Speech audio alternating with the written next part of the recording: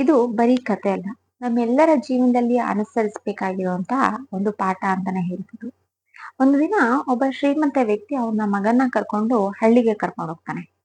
ಯಾಕಪ್ಪ ಅಂತಂದ್ರೆ ಹಳ್ಳಿಯ ವಾತಾವರಣನ ತೋರಿಸಿ ಅವರು ನಮ್ಗಿಂತ ಎಷ್ಟು ಬಡವರು, ನಾವು ಎಷ್ಟು ಅವರಿಗಿಂತ ಶ್ರೀಮಂತರು, ಮತ್ತೆ ನಾವು ಎಷ್ಟು ಸುಖವಾಗಿದ್ದೀವಿ ಅನ್ನೋದನ್ನ ಅವನಿಗೆ ಪರಿಚಯ ಮಾಡಿಸ್ಕೊಳ್ಬೇಕು ಅನ್ನೋ ಉದ್ದೇಶದಿಂದ ಅವನ್ನ ಹಳ್ಳಿ ಕರ್ಕೊಂಡು ಹೋಗ್ತಾನೆ. ಅಲ್ಲಿ ಹಳ್ಳಿಯಲ್ಲಿ ಒಂದೆರಡು ದಿನ ಕಾಲ ಕಳೆದ ನಂತರ ಮತ್ತೆ ಅವರು ಸಿಟಿಗೆ ವಾಪಸ್ ಆಗ್ತಾರೆ. ಆಗ ಅವನು ಅವ್ರ ಮಗನನ್ನ ಕೇಳ್ತಾನೆ, ಹಳ್ಳಿಯಿಂದ ವಾಪಸ್ ಬಂದಾಯ್ತಲ್ಲ, ನಿನ್ಗೆ ಹಳ್ಳಿ ಬಗ್ಗೆ ಏನ್ ಅನ್ನಿಸ್ತು ಅಂತ. ಆದ್ರೆ ಆ ಹುಡುಗ ತುಂಬಾ ಬೇಜಾರ್ ಮಾಡ್ಕೊಂತಾನೆ. ಹಳ್ಳಿಯಲ್ಲಿ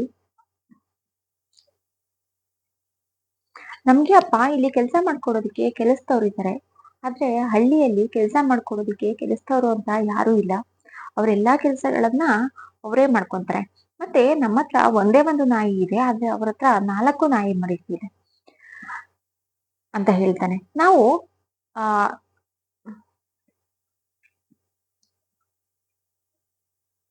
ನಾವು ಆಹಾರವನ್ನ ಖರೀದಿ ಮಾಡ್ತೀವಿ.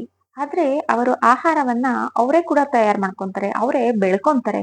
ನಮ್ಮನೆಯಲ್ಲಿ ಬರೀ ಒಂದೇ ಒಂದು ಸ್ವಿಮ್ಮಿಂಗ್ ಪೂಲ್ ಇದೆ, ಆದ್ರೆ ಅವ್ರ ಹತ್ರ ಒಂದು ದೊಡ್ಡ ಕೆರೆನೇ ಇದೆ ಅಂತ ಹೇಳ್ತಾನೆ. ಮತ್ತೆ ನಾನು ಆಚೆ ಹೋದ್ರೆ, ಆಟ ಆಡ್ಲಿಕ್ಕೆ ಹೋದ್ರೆ ನನಗೆ ಡಸ್ಟ್ ಆಗುತ್ತೆ, ಇನ್ಫೆಕ್ಷನ್ಸ್ ಆಗುತ್ತೆ, ಅಲರ್ಜಿ ಆಗುತ್ತೆ ಅಂತ ಹೇಳ್ತೀರಾ. ಅವರು ಅದೇ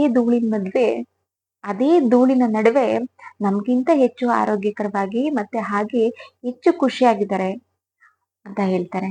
ನಾವೆಲ್ಲ ಬರೀ ಗಾರ್ಡನ್ ಅಲ್ಲಿರೋ ಲೈಟಿಂಗ್ಸ್ ನ ನೋಡಿ ಮಲಗಿದ್ರೆ, ಅವರು ಆಕಾಶದಲ್ಲಿರೋ ನಕ್ಷತ್ರಗಳನ್ನ, ಚಂದ್ರನ ನೋಡಿ ಮಲಗ್ತಾರೆ.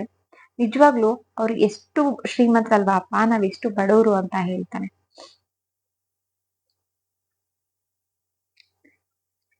ಥ್ಯಾಂಕ್ಸ್ ಅಪ್ಪ, ನನ್ಗೆ ಇಷ್ಟು ಒಂದು ಒಳ್ಳೆಯ ಜಗತ್ತನ್ನ, ಒಳ್ಳೆಯ ಪ್ರಪಂಚವನ್ನ ನನ್ಗೆ ಪರಿಚಯ ಮಾಡ್ಕೊಟ್ಟಿಕ್ಕೆ. ಇವಾಗ ನನಗೆ ಅರ್ಥ ಆಯ್ತು ನಾವು ಎಷ್ಟು ಬಡವರು ಅಂತ ಹೇಳ್ತಾನೆ.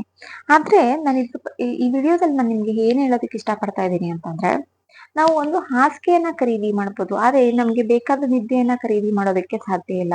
ಹಾಗೆ ನಾವು ಎಷ್ಟೋ ಕೋಟಿ ಬೆಲೆ ಬಾಳುವಂತಹ ಬಂಗಲೆಯನ್ನೇ ಖರೀದಿ ಮಾಡಿದ್ರು ಕೂಡ ನಮ್ಮ ಮನಸ್ಸಿನ ನೆಮ್ಮದಿಯನ್ನ ಖರೀದಿ ಮಾಡೋದಕ್ಕೆ ಸಾಧ್ಯನೇ ಇಲ್ಲ. ದುಡ್ಡಿಂದ ಎಲ್ಲವೂ ಸಾಧ್ಯ ಇಲ್ಲ ಅನ್ನೋದೇ ಈ ವಿಡಿಯೋದ ಮುಖ್ಯ ಸಾರಾಂಶ. ಮನೆ ಚಿಕ್ಕದಾಗಿದ್ದರೂ ಪರವಾಗಿಲ್ಲ, ಮನಸ್ಸುಗಳು ದೊಡ್ಡದಾಗಿರ್ಲಿ. ಮತ್ತೆ ವಿಡಿಯೋದಲ್ಲಿ ಸಿಗ್ತೀನಿ. ಅಲ್ಲಿವರೆಗೂ ನಮಸ್ಕಾರ.